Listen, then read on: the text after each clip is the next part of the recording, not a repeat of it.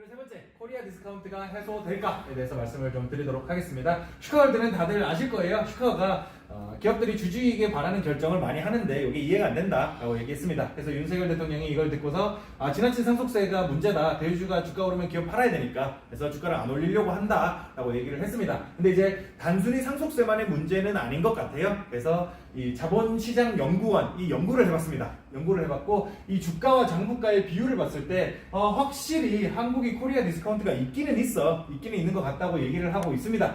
근데 왜 디스카운트가 있을까?를 생각해보면 어쨌든 간에 이게 시기에 관계없이 항상 딴 데보다 주가가 낮았대요. 항상 주가가 낮았고 의료를 제외하고는 여기 보시면 의료입니다. 이 의료를 제외하고는 모든 부분에서 특히나 유틸리티가 저평가가 되게 많이 됐다. 우리나라 유틸리티 제일 큰 게 한전이거든요. 한전은 근데 너무 정치권의 영향을 많이 받다 보니까 그러니까 정치권이 전기료 올리지 마 하면 한전은 올릴 수가 없고 그러면 이제 적자가 이어질 수밖에 없으니까 주가가 낮게 평가될 수밖에 없는 것도 있는데 너무 규제 산업인 것들이 주로 이제 주가가 잘 안 오르기도 해요, 사실은. 근데 어쨌든 간에 실제로 저평가가 돼 있는 건 맞다라고 얘기를 하고 있습니다. 근데 이제 뭐가 문제일까를 보니까 우리가 보기에는 주주 환원이 안 되는 게 제일 큰 문제인 것 같아.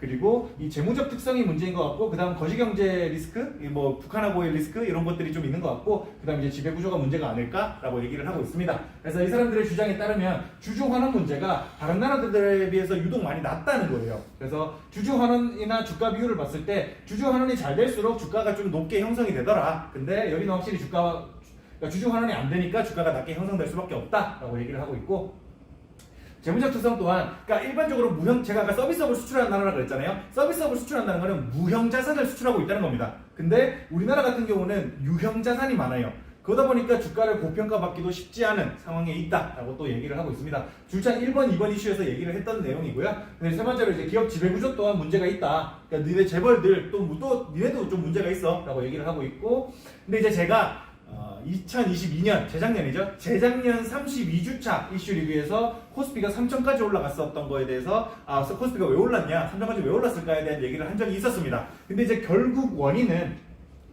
이건희의 사망하고 관련이 되게 깊다라고 말씀을 좀 드렸던 적이 있었거든요. 20년 10월 25일에 이건희 회장이 사망을 했고 이제 그 해에 이제 이 주식의 시가총액을 쭉 비교를 한 거예요. 주식 시가총액을 비교를 한 건데 코스피 안에 있는 전체 회사 중에 삼전, 삼바, 삼성전자, 우후, 삼성 SDI, 삼성물산 요것만 가지고도 지금 15위입니다. 1위부터 15위까지 쭉 나열한 건데 요것만 가지고도 22%입니다. 15위 안에만 봐도 삼성그룹주가 그러니까 이제 전체 시장으로 봤을 때 거의 삼성그룹주가 30% 가까이 차지를 한다는 거예요. 그러니까 괜히 삼성공화국이라고 얘기를 하는 게 아닙니다. 정말 많은 비중을 차지하는데 뭐 여기서 덤으로 이제 어제가 아니고 월요일이죠. 월요일에 한번 캡처를 해봤어요. 캡처를 해봤는데 삼성 비중이 17%까지 올라갔습니다.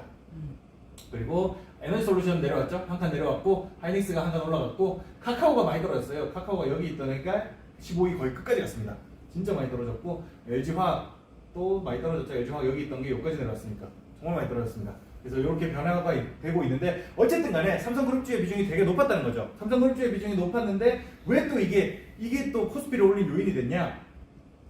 이 삼성전자 계열사 주식이 19조 원을 이건희가 가지고 있었거든요. 근데 이 이건희가 가지고 있는 19조 원을 상속하는데 내야 되는 상속세가 우리나라 일단 상속세율이 50%예요. 50억 넘어가면 상속세가 50%입니다. 근데 문제는 이 주식에 대해서는 이거를 주식으로 갖고 있었거든요. 주식에 대해서는 이 20%를 주가를 할증을 해서 상속세를 매긴다는 거예요. 그러니까 삼성전자 주가가 5만 원이면 이거를 6만 원으로 쳐서 여기에 상속세 50%를 매기겠다는 겁니다.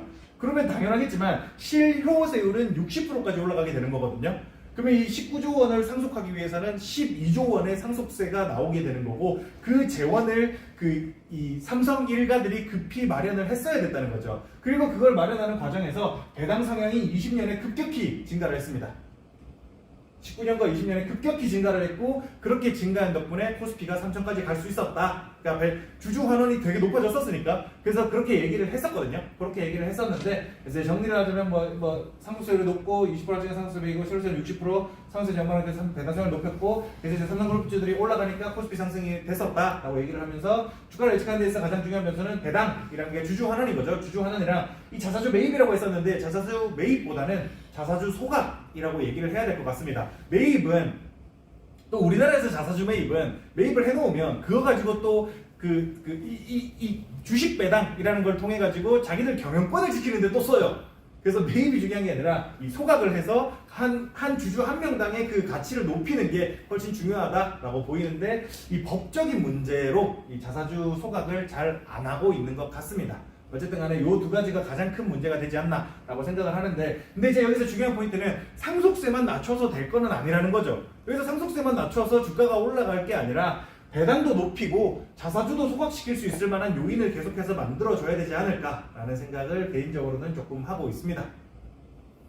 그래서 그게 제일 잘 보이는 게 상속세만이 문제가 아니라는 거를 제일 잘 보여주는 게 제일 최근 이슈가 LG화학 이슈거든요. LG화학이 2020년 12월에 2021년 1월 15일에 105만원까지 갔습니다. 105만원까지. 105만원까지 갔는 게 지금 왜 46만 7천원까지 떨어졌을까요? 에너지 솔루션이 물적 분할한 게 20년 12월이었거든요. LG 에너지 솔루션이. 그러니까 물적 분할을 하면서 LG 에너지 솔루션의 지분의 81%를 LG 화학이 가지고 있어요. 근데 LG 에너지 솔루션은 그렇게 시총이 높게 막 형성돼 있는데 LG 화학의 주가는 왜 떨어지냐는 거예요.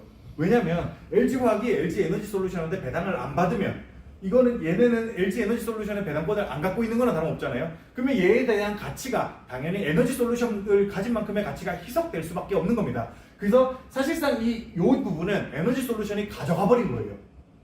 사실상. 웃기지 않아요? 나는 에너지 솔루션이 분사하기 전부터 LG화학을 갖고 있었는데 에너지 솔루션이 분사했다는 이유만으로도 내 주식 가치가 희석되고 있습니다. 얼마나 어이없는 상황이 만들어지는 겁니까? 그래서 애초에 요거는 법이 이렇기 때문에 이렇게 해도 되는 거예요.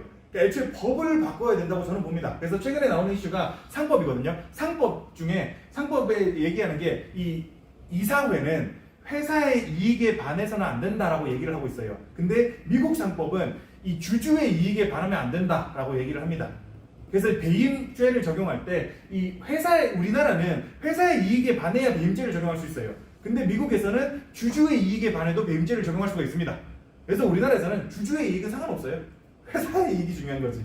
그러다 보니까 그런 물적 분할을 통한 가치 희석이 허용이 되는 겁니다. 회사는 이게 이익이 되는 거니까요. 회사 입장에서는. 웃긴 거죠.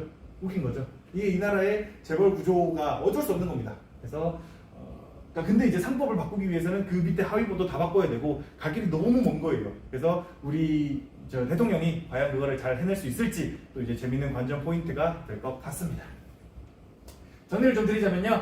정치권에서는 코리아 디스카운트에 대한 언급이 잦아지면서 그 해소책을 모색 중에 있습니다. 대통령은 상속세가 원인인 듯 이야기했지만 그 외에도 해결해야 될 문제가 여기저기 산재하고 있고요. 경영권을 지키기 위한 지배주주의 의도적 주가 절하 또한 문제의 매우 큰 요인입니다. 근데 사실 그 경영권을 가지고 있는 사람을 욕할 건 아닌 것 같아요. 저라고 달랐을까요? 저도 똑같이 했을 것 같습니다. 근데 그 사람이 못하게 만들려면 결국 그거는 법의 문제인 거죠. 그래서 LG 에너지 솔루션이 LG 화학으로부터 물적 분할한 이후 주가 향방만 봐도 문제가 보일 정도고요. 결국 분할을 통한 주식 가치 희석을 줄이고 배당 성향이 높아져야지 주가 부양이 가능할 텐데 내용이 언급하진 않았지만 무분별한 상승으로 가치 희석을 가장 많이 한 곳이 카카오입니다. 카카오. 그래서 카카오 순위 떨어진 거 보셨죠? 그래서 넘어야 할 산은 많은데 과연 무사히 건너갈 수 있을지 지켜봐야 될 듯 합니다. 여기까지가 제가 이번 주에 준비한 이슈였고요. 이번 주 주목할 만한 지표로는 미국의 원유재고 발표가 좀 늘었습니다. 좀 늘었는데 제가 얼마인지는 체크를 못했고요. 10년물 국채 입찰이 이게 4.06인가 나왔습니다. 조금 오르긴 했어요. 그리고 이제 중국의 소비자 물가지수 요거 마이너스 0.5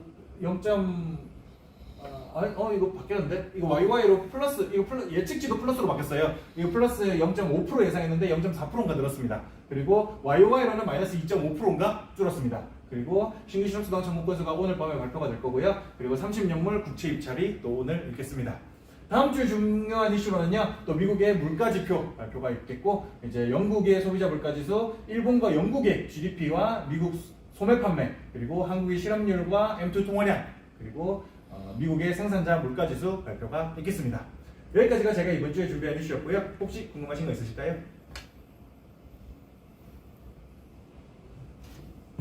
없으시다면 여기서 마무리를 하도록 하겠습니다. 고생하셨습니다.